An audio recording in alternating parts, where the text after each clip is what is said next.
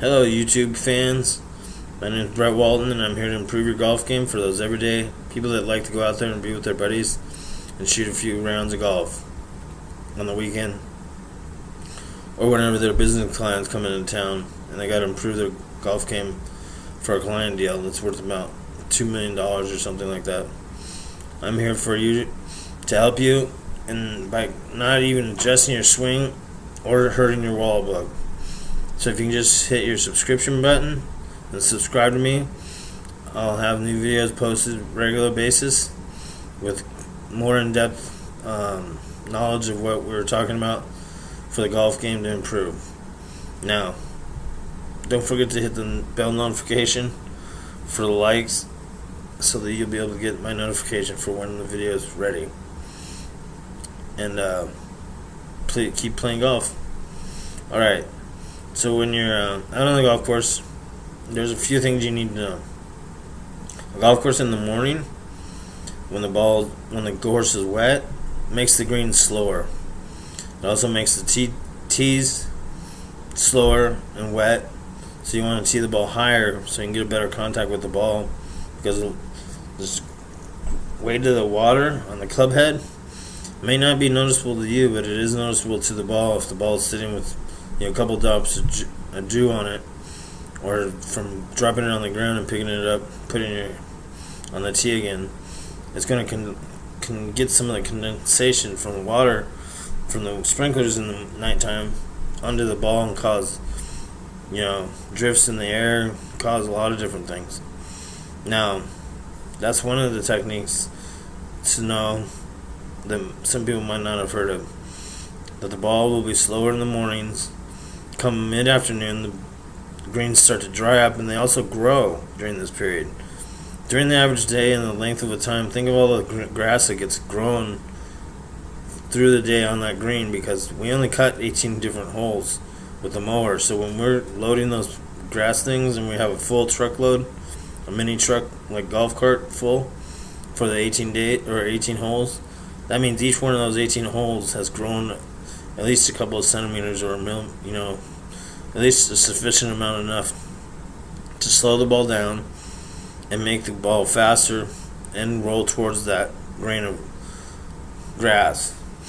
Now, 10 general studies has shown that balls will roll away from hills and they will roll towards water, even if it's a creek on the right side of the golf course, right hand side of the green. The ball is more likely to roll towards water. Same thing with the oceans, it'll roll towards the oceans. But remember, a mountain, it'll roll away from it. So if you have a mountain on one side of your golf hole at the green, here's a little mountain right there. And you got your green right here, and then you got a nice river flowing in right here.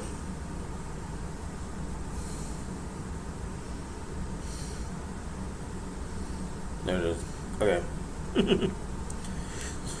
So what I'm saying is, the ball will roll away from the mountain and towards the water. Even if your putt looks like it's going to break to the other way, it's not going to. It's an optical illusion that is the same reason for some of the cars being towed backwards when they're in a magnetic sphere, or it's just an optical illusion. So remember those few key steps, and that'll help you improve your golf game. Just mentally thinking of what to do about the time of day that it is that you're playing the golf game. Now, next thing is, you want to be accurate over power. You don't care how far your partner drives it. He could drive it 300 yards, but he might be driving it out of bounds, or he could hit the first shot really nice 300-yard drive, but the next shot he's not so confident in his irons. If he's not straight, he's going to go out of bounds, or he's going to go in some water hazard, and then that way he's going to gain some strokes.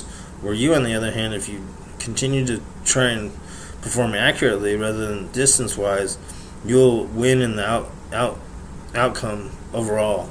At the end of the day, you will have a lower score just by trying to hit 250-yard shots or 200-yard shots. If you're in a par 5, don't be afraid to pull out a 5-iron to tee it up if your driver's not feeling good that day or that week, or right before you went on the range or came out to play. If you were on the range and your driver wasn't acting right, don't use it.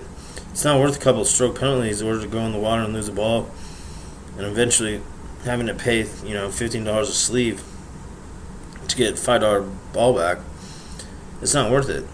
Hit the 5-iron or hit the club that you feel comfortable off the tees, so you know you're going to be in the most prominent space on the fairway for your next shot, which is always what you want to do too, is prepare for your next shot.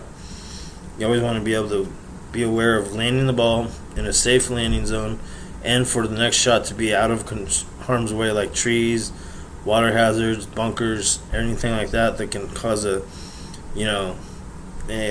distraction in your short-term memory, and eventually cause a distraction in your swing, causing you to flub a ball.